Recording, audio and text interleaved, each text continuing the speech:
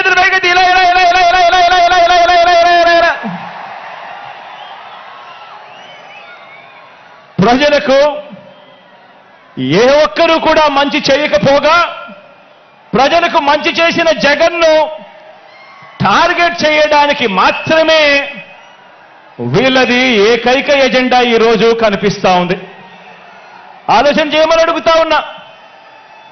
చంద్రబాబు నాయుడు గారికి అధికారం ఎందుకు కావాలి అనంటే ప్రజలకు మంచి చేయడం కోసం కాదు, ఎన్నికల మేనిఫెస్టోలో చెప్పింది చేయడం కోసం కాదు. చంద్రబాబు నాయుడు గారికి అధికారం ఎందుకు కావాలి అనంటే కారణం ఆ అధికారంతో ప్రజలను దోచుకునేందుకు పంచుకునేందుకు మాత్రమే చంద్రబాబు నాయుడు గారికి అధికారం కావాలి. ఇక చంద్రబాబు నాయుడు గారి తాజా మేనిఫెస్టో వాగ్దానాల విషయానికి వస్తే ఆలోచన చేయమని అడుగుతా ఉన్నాను. గతంలో 2014లో చంద్రబాబు నాయుడు గారి మేనిఫెస్టో ఇది. గతంలో చంద్రబాబు నాయుడు గారు ఇంటింటికి పంపించిన పాంఫ్లెట్ ఇది. గతంలో చంద్రబాబు నాయుడు గారి హయాంలో 2014లో ఎన్నికలకు ముందు టీవీ ఆన్ చేస్తే చాలు ఊదరగొట్టే అడ్వర్టైజ్మెంట్లు ఇవి. ఇన్ని చేసి అడ్డగోలుగా మోసం చేసిన ఈ వ్యక్తి ఇదే చంద్రబాబు నాయుడు గారు తాజా మేనిఫెస్టో వాగ్దానాల విషయానికి వస్తే చంద్రబాబు నాయుడు గారి తాజా మేనిఫెస్టో వాగ్దానాల విషయానికి వస్తే నరకలోకానికి నారాలోకానికి రమ్మంటే ఎవరు కూడా రారు కాబట్టి ఎంట్రన్స్ లో స్వర్గం చూపించి లోపలికి వెళ్ళాక మోసం చేసి నరకం చూపించే మార్కెటింగ్ టెక్నిక్ చంద్రబాబు నాయుడు గారికి అలవాటు. అందులో భాగంగానే చంద్రబాబు నాయుడు గారు ఈ మధ్యకాలంలో మేనిఫెస్టో అని కిచిడి వాగ్దానాలన్నీ కలిపాడు. కర్ణాటకలో నుంచి కొన్ని, తెలంగాణలో నుంచి కొన్ని, అన్ని రకాల మేనిఫెస్టోలన్నీ వాళ్ళ హామీలన్నీ కలిపి ఒక కిచిడి మేనిఫెస్టో తీసుకొచ్చాడు. ఆ కిచిడి మేనిఫెస్టో తీసుకొచ్చిన ఈ చంద్రబాబు అందులో భాగంగా వాళ్ళు చూపించే గ్రాఫిక్స్, అందులో భాగంగా వాళ్ళు జరిపించే ఎల్లో మీడియా డిబేట్లు, వారు చేసే ప్రచారాలు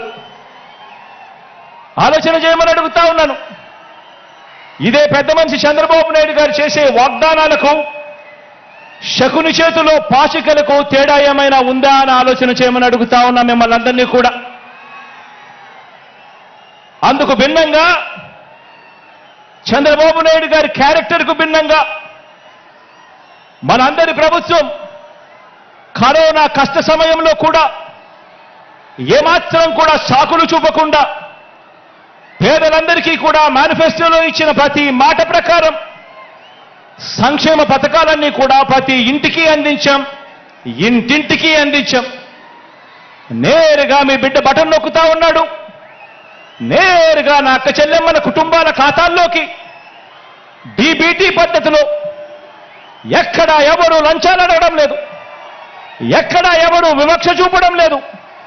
నేరుగా నా అక్క చెల్లెమ్మల కుటుంబాల ఇళ్లకు అక్షరాల 2,65,000 కోట్ల రూపాయలు నేరుగా మీ బిడ్డ బటన్ నొక్కడం, నేరుగా నా అక్క చెల్లెమ్మల కుటుంబాల ఖాతాల్లోకి వెళ్ళిపోవడం జరుగుతా ఉన్న పరిస్థితిని గమనించమని అడుగుతా ఉన్నా. ఇక నాన్ డీబీటీ పద్ధతిలో అయితే ఇళ్ల స్థలాల మార్కెట్ విలువ తీసుకోకుండా మన దగ్గర ఉన్న భూములను కూడా వాటి విలువ కూడా తీసుకోకుండా కేవలం మనం సేకరించిన భూముల విలువను మాత్రమే తీసుకుని మనం చేసిన నాన్ డీబీటీ కింద మనం చేసిన ఖర్చు ఈ 58 నెలల కాలంలో విద్యా కానుకైతేనేమి, సంపూర్ణ పోషణమైతేనేమి, గోరు ముద్దైతేనేమి, ఇలాంటి పథకాలకు చేసిన ఖర్చు 1,10,000 కోట్ల రూపాయలు. మొత్తంగా డీబీటీ నాన్ డీబీటీ ఈ రెండు కూడా కలిపితే ఈ 58 నెలల కాలంలో మీ బిడ్డ ప్రభుత్వంలో మనం 3,75,000 కోట్ల రూపాయలు ఖర్చు చేశాం. డీబీటీ పద్ధతిలో, నాన్ డీబీటీ పద్ధతిలో. అంటే ఏటా ఈ పథకాల మీద మీ బిడ్డ ప్రభుత్వంలో గతంలో ఎప్పుడూ చూడని విధంగా జరిగిన ప్రజలకిచ్చిన సొమ్ము సంవత్సరానికి 75,000 కోట్ల రూపాయలు. అది కూడా మనం చాలా కష్టపడితే, ఎక్కడా కూడా లంచాలు లేకుండా చేస్తే, గతంలో ఎప్పుడూ జరగని విధంగా సంవత్సరానికి 75,000 కోట్ల రూపాయలు పేదలకు అందించగలిగాం. మనందరి ప్రభుత్వం చేస్తున్న సంక్షేమాన్ని, ఇంటింటి అభివృద్ధిని చూసి తట్టుకోలేక ఈర్ష్యతో రాష్ట్రం శ్రీలంక అయిపోతుంది అని చెప్పి గతంలో ఇదే ఈనాడు, గతంలో ఇదే చంద్రబాబు నాయుడు గారు ఎన్నెన్నో సందర్భాలలో కూడా వాదించడం కూడా మన కళ్ళ ఎదుటే కనిపిస్తా ఉన్న సత్యం. ఇప్పుడు అదే నోటితో మరోసారి మోసం చేసేందుకు, అలాగే చెప్పేవి ఇప్పుడు అదే నోటితోనే అలాగే మోసం చేసేందుకు, ఎలాగూ చెప్పేటివన్నీ కూడా అబద్ధాలే కదా. అబద్ధాలకు హద్దులెందుకు అని చంద్రబాబు నాయుడు గారు ఈ మధ్యకాలంలోనే 6 వాగ్దానాలు అంటూ వదిలారు. ఈ వాగ్దానాలకు ఏటా ఖర్చెంత అవుతుంది అని చెప్పి మా ఫైనాన్స్ వారందరినీ కూడా లెక్కలు తీయమని అడిగాను. 2024 ఎన్నికల తర్వాత కూడా మనం అమలు చేస్తా ఉన్న కొన్ని పథకాలను ఎట్టి పరిస్థితిలోనూ కొనసాగాల్సిందే. 2024 ఎన్నికల తర్వాత కూడా మనం అమలు చేస్తా ఉన్న కొన్ని పథకాలను ఎట్టి పరిస్థితుల్లోనూ కూడా కొనసాగాల్సిందే. ఉదాహరణకు అలాంటి 8 పథకాలు మీ అందరికీ కూడా ఇప్పుడు చెప్తాను. 66 లక్షల మంది పెన్షన్లకు మన ప్రభుత్వం ఖర్చు చేస్తా ఉన్నది దాదాపుగా 24,000 కోట్లు. ఉచిత విద్యుత్కు, రైతన్నలకు ఇచ్చే ఉచిత విద్యుత్కు మన ప్రభుత్వం ఖర్చు చేస్తా ఉన్నది 11,000 కోట్లు. సబ్సిడీ కింద బియ్యం ఇచ్చేందుకు మన ప్రభుత్వం ఖర్చు చేస్తా ఉన్నది మరో 4,600 కోట్లు. ఆరోగ్యశ్రీ, ఆరోగ్య ఆసరా, 104, 108 ఇటువంటివి ఎవరైనా కూడా ఖచ్చితంగా చేయాల్సిన, ముట్టుకోలేనేటివి మరో 4,400 కోట్లు. పూర్తి ఫీజు రీయింబర్స్మెంట్ కింద మీ జగనన్న ఇస్తా ఉన్న విద్యా దీవెన, వసతి దీవెన కింద మరో 5,000 కోట్లు. సంపూర్ణ పోషణం కింద 2,200 కోట్లు. గోరు ముద్ద కింద మరో 1,900 కోట్లు. కేవలం ఈ 8 పథకాలకే. అంటే ఎట్టి పరిస్థితుల్లోనూ కూడా వీటిని టచ్ కూడా ఎవరు చేయలేరు. ఇటువంటి 8 పథకాలకే ఖర్చు మరో 52,700 కోట్ల రూపాయలు. ఇవి ఖచ్చితంగా ఎవరైనా కూడా చేయాల్సిందే. ఇవి కాక చంద్రబాబు నాయుడు గారు చెప్పిన సూపర్ 6 అంటున్న 6 వాగ్దానాలకు ఎంత ఖర్చు అవుతుంది అని లెక్క వేస్తే ఇది పచ్చి మోసమే అని తెలిసినా, అవి ఎవరూ కూడా అమలు చేయలేనివి అని చెప్పి కూడా తెలిసినా కూడా ప్రజలకు తెలియజేద్దామని చెప్పి లెక్క వేయిస్తే ఆ 6 పథకాలకు అదనంగా కావాల్సింది ఏటా మరో 73,440 కోట్ల రూపాయలు. ఇది కాక చంద్రబాబు నాయుడు గారు ఈ మధ్యనే 7వ హామీ అని చెప్పి బీసీలకు 50 ఏళ్లకే పెన్షన్ అదనంగా పెంచి ఇస్తానని చెప్పి తాను చెప్పిన 7వ హామీకి అయ్యే ఖర్చు కూడా లెక్కేసుకుంటే ఇది అదనంగా మరో 13,872 కోట్లు. అంటే చంద్రబాబు నాయుడు గారు చెప్పిన 6 6లు, చంద్రబాబు నాయుడు గారు చెప్పిన 6 పథకాలకు ఈ 7వ పథకానికి ఈ రెండు కలిపితే 87,312 కోట్లు. ఇంతకుముందు నేను చెప్పినట్టుగా 8 స్కీములకు ఎవరైనా కూడా టచ్ చేయలేని ఈ స్కీములకు ఖచ్చితంగా ఎలాగూ చేయాల్సిన అవసరం ఉన్న ఈ స్కీములకు ఖర్చు అయ్యేది మరో 52,700 కోట్లు. అంటే రెండు కలిపితే అక్షరాల 1,40,000 కోట్ల రూపాయల గురించి చంద్రబాబు గారు చెప్తా ఉన్నారు. ఆలోచన చేయమని అడుగుతా ఉన్నాను. ప్రతి సంవత్సరం 1,40,000 కోట్ల రూపాయలు అంటే మనం ఎంతో కష్టపడితే ఎక్కడా లంచాలు లేకుండా ప్రజల చేతికే ఇస్తే గతంలో ఎప్పుడూ జరగని విధంగా పాలనలో ఎన్నో మార్పులు తీసుకువచ్చి మరీ పాలన చేస్తే మీ బిడ్డ ప్రభుత్వం ఎప్పుడూ జరగని విధంగా లంచాలు లేకుండా వివక్షలు లేకుండా పూర్తిగా కట్టడి చేసి ఎంతో కష్టపడితే ఇవ్వగలిగింది సంవత్సరానికి 75,000 కోట్లయితే మరి ఇవాళ చంద్రబాబు నాయుడు గారు చెప్తా ఉన్న హామీలు ఇప్పటికే 1,40,000 కోట్ల రూపాయలు దాటుతా ఉన్నాయి అంటే ఇక ఆలోచన చేయండి. ఈ పెద్ద మనిషి చంద్రబాబు నాయుడు గారు చెప్పే ఈ హామీలు మళ్ళీ ప్రజలను ఎంతగా మోసం చేసేందుకు చెప్తా ఉన్నాడు అని ఒక్కసారి ప్రతి ఒక్కరూ కూడా ఆలోచన చేయమని అడుగుతా ఉన్నా. మరి ఈ డబ్బు ఎక్కడి నుంచి తెస్తారు అని అంటే చంద్రబాబు గారు మాట్లాడరు. ఇదే అంశాల మీద సుదీర్ఘంగా కూడా ప్రజలందరికీ కూడా తెలియాలి అని అసెంబ్లీలో సుదీర్ఘంగా దీని గురించి వివరించడం కూడా జరిగింది. పేద ప్రజలు మరొకసారి నమ్ముతారేమో, మోసం చేద్దామన్న కుటిల ఆలోచనతో బాబు ఈ వాగ్దానాలన్నీ కూడా చేస్తా ఉన్నాడు. ఎలాగో అబద్ధాలు చెప్పేటప్పుడు ఆ అబద్ధాలకు హద్దులు ఎందుకని, భావదారిద్ర్యం ఎందుకని చంద్రబాబు నాయుడు గారు అబద్ధాలు చెప్పే సిద్ధాంతాన్ని నమ్ముకున్నాడు. నమ్మిన వాడు మునుగుతాడు, నమ్మించిన వాడు దోచుకోగలుగుతాడు అన్నది బాబు సిద్ధాంతం.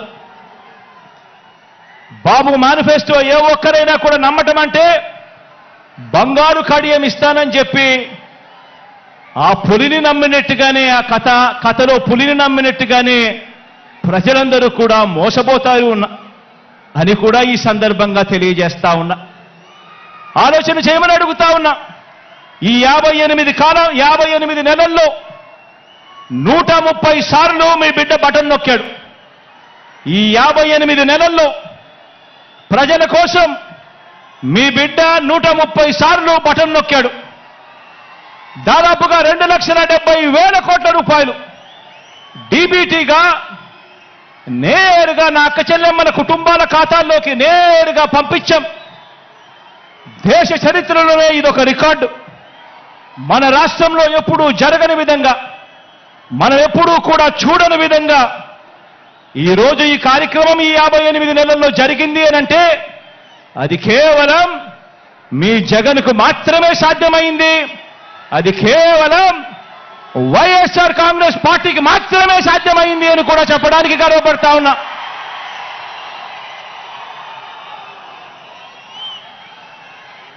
ఇవన్నీ కొనసాగాలంటే ఈ ప్రయోజనాలు అందుకున్న ప్రతి ఒక్క కుటుంబం, ప్రతి ఒక్కరూ కూడా మనకు స్టార్ క్యాంపెయినర్గా వీళ్ళందరూ కూడా కుటుంబాలు బయటికి రావాలి.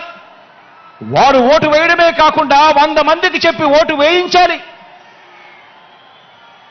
ప్రతి ఒక్కరూ కూడా ప్రతి ఒక్కరి దగ్గరికి వెళ్ళి ఓటు వేయించడమే కాకుండా ప్రతి ఇంట్లోనూ కూడా చెప్పాలి.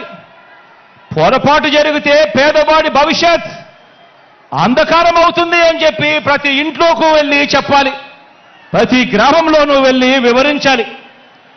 పార్టీ కార్యకర్తలు, నాయకులు, అభిమానులు, వాలంటీర్లు మీ పాత్ర ఎంతో కీలకం. ప్రతి ఇంటికి, ప్రతి పేదకు, ప్రతి ఓటరుకు ఈ ఎన్నికలు ఎంత ముఖ్యమో ప్రతి ఒక్కరూ కూడా వివరించాల్సిన అవసరం ఉంది.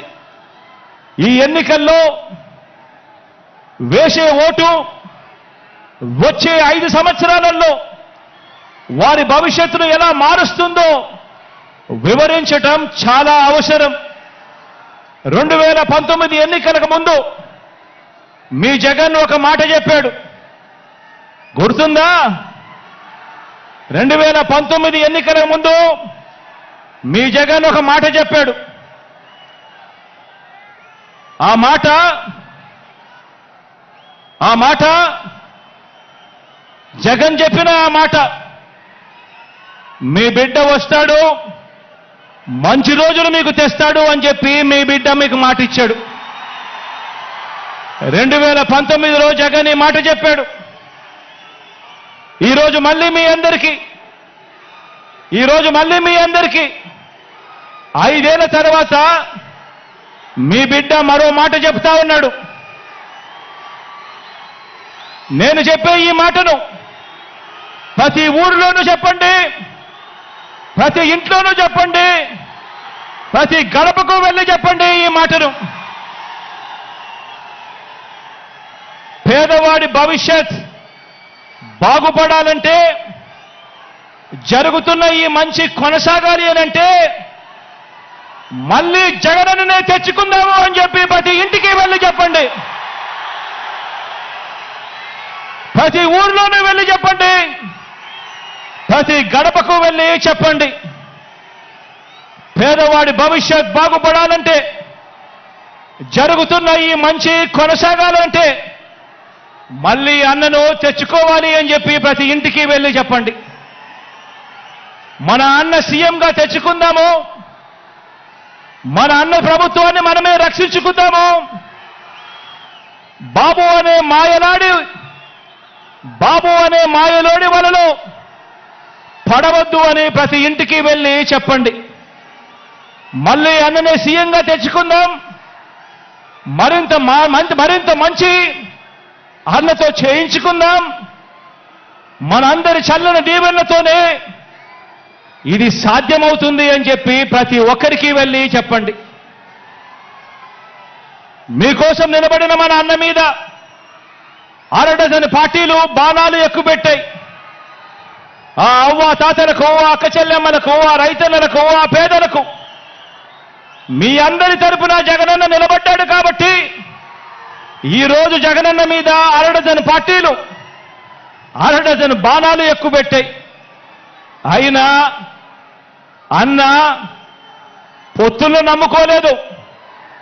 అన్న మనల్ని నమ్ముకున్నాడు, ఆ దేవుడిని నమ్ముకున్నాడు. అన్న ఒంటరిగానే సింహంలో మనందరికీ తోడుగా నిలబడ్డాడు అని చెప్పి ప్రతి ఇంటికి వెళ్ళి చెప్పండి.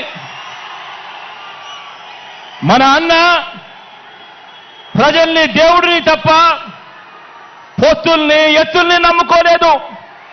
మన అన్న ఎప్పుడూ మోసాలు చేయలేదు, ఎప్పుడూ అబద్ధాలు చెప్పలేదు, ఎప్పుడూ జిత్తులను నమ్ముకోలేదు మన అన్న అని చెప్పి ప్రతి ఇంటికి వెళ్ళి చెప్పండి. మన అన్న నమ్ముకున్నది తాను చేసిన మంచి జరిగిన ప్రజల్ని మాత్రమే మన అన్న నమ్ముకున్నాడు అని ప్రతి ఇంటికి వెళ్ళి చెప్పండి. మళ్ళీ మన అన్నను గెలిపించేందుకు మనమంతా కూడా చెయ్యి కలపాలి, మనమంతా కూడా ఒక్కటి కావాలి, మనమంతా కూడా సిద్ధమని చెప్పాలి అని చెప్పి ప్రతి ఇంటికి వెళ్ళి చెప్పండి. సీఎంగా అన్న వస్తేనే నెల 1వ తేదీన మళ్ళీ చిక్కటి చిరునవ్వులతో మన ఇంటికే 3,000 రూపాయలు పెన్షన్ తీసుకువచ్చి ఇవ్వడం జరుగుతుంది అని చెప్పి ప్రతి ఒక్కరికి కూడా చెప్పండి. సీఎంగా మళ్ళీ అన్న వస్తేనే ఇచ్చిన ప్రతి ఇంటి పట్టాల్లో ఇళ్ల నిర్మాణం పూర్తవుతుంది అని చెప్పి ప్రతి ఇంటికి వెళ్ళి చెప్పండి. సీఎంగా మళ్ళీ అన్న వస్తేనే అమ్మ ఒడి అనే పథకం కొనసాగుతుంది, చిక్కటి చిరునవ్వులతో మళ్ళీ పిల్లలు బడులకు పోగలుగుతారు అని చెప్పండి. మళ్ళీ సీఎంగా అన్న వస్తేనే చేయూత పథకం అందుతుంది అని చెప్పండి. మళ్ళీ సీఎంగా అన్న వస్తేనే రైతు భరోసాగా రైతన్నకు తోడుగా నిలుస్తుంది అని చెప్పి కూడా చెప్పండి. సీఎంగా మళ్ళీ అన్న వస్తేనే పెద్ద చదువులు చదువుతా ఉన్న పిల్లలకు పూర్తి ఫీజు రీఎంబర్స్మెంట్ కింద విద్యా దీవెన, వసతి దీవెన వచ్చే మనసు కేవలం అన్న వస్తేనే జరుగుతుంది అని చెప్పండి. సీఎంగా మళ్ళీ అన్నను గెలిపించుకుంటేనే బటన్ నొక్కితే నేరుగా నా అక్క చెల్లెమ్మల కుటుంబాల ఖాతాల్లోకి ఎలాంటి వివక్ష లేకుండా, ఎలాంటి లంచాలు లేకుండా నేరుగా డబ్బులు పడే పరిస్థితి రావాలి అనంటే మళ్ళీ అన్న ముఖ్యమంత్రి అయితేనే అని చెప్పి ప్రతి ఇంటికి వెళ్ళి చెప్పండి. సీఎంగా మళ్ళీ అన్న వస్తేనే గవర్నమెంట్ బడి బాగుపడుతుందని చెప్పండి. సీఎంగా అన్న వస్తేనే గవర్నమెంట్ హాస్పిటల్ బాగుపడుతుందని చెప్పండి. సీఎంగా మళ్ళీ అన్న వస్తేనే నవరత్నాల్లోని అన్ని పథకాలు కూడా కొనసాగుతాయి అని చెప్పి ప్రతి ఇంటికి వెళ్ళి చెప్పండి. ప్రతి గడప వద్దకు వెళ్ళి చెప్పండి. ఈ పథకాలు అందుకున్న మనందరం కూడా స్టార్ క్యాంపెయినర్లుగా బయటికి రావాలి అని చెప్పండి.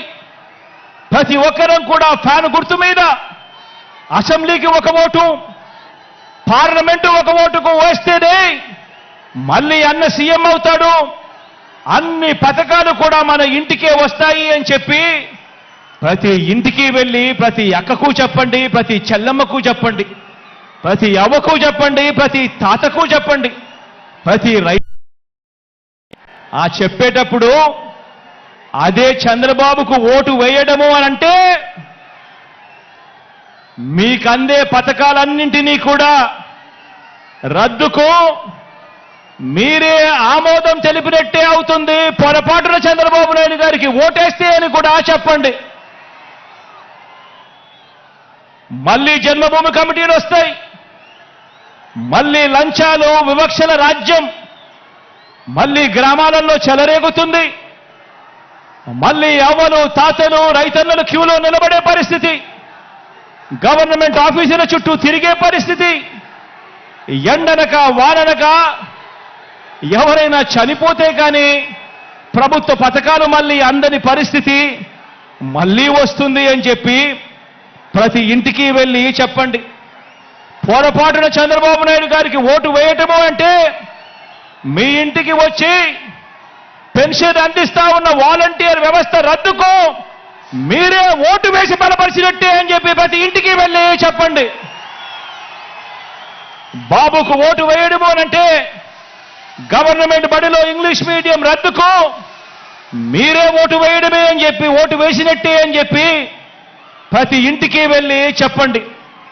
బాబుకు ఓటు వేయడము అంటే గవర్నమెంట్ బడిని మళ్ళీ కార్పొరేట్లకు అమ్మేయడమే అని చెప్పి ప్రతి ఇంటికి వెళ్ళి చెప్పండి. పొరపాటున బాబుకు ఓటు వేయడమే అంటే మళ్ళీ వైద్యం కోసం అప్పులు కావటమే అని చెప్పండి. పొరపాటున బాబుకు ఓటు వేయటము అంటే రైతన్నలు రైతు భరోసాను వదులుకోవటమే అని, మళ్ళీ మోసపోవటమే అని ప్రతి ఇంటికి వెళ్ళి చెప్పండి. పొరపాటున బాబుకు ఓటు వేయటము అంటే చంద్రముఖిని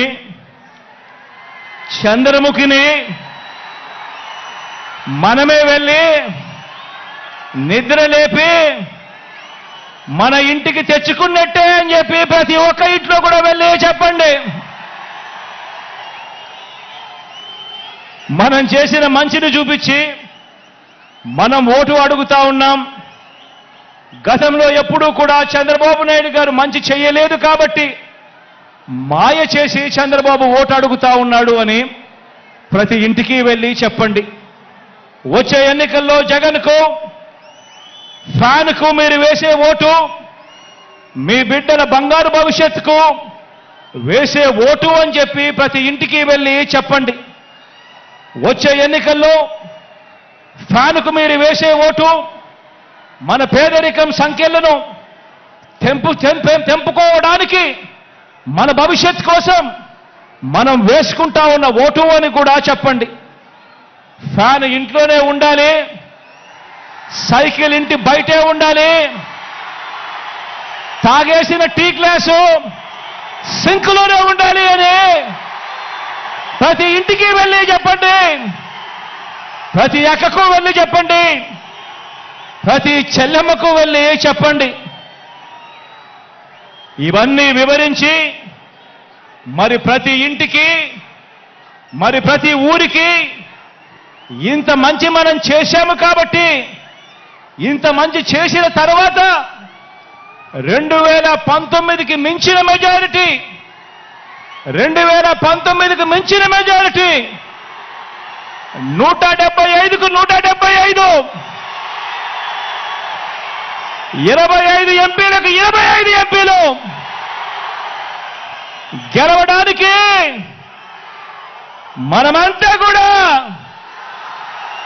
సిద్ధమేనా?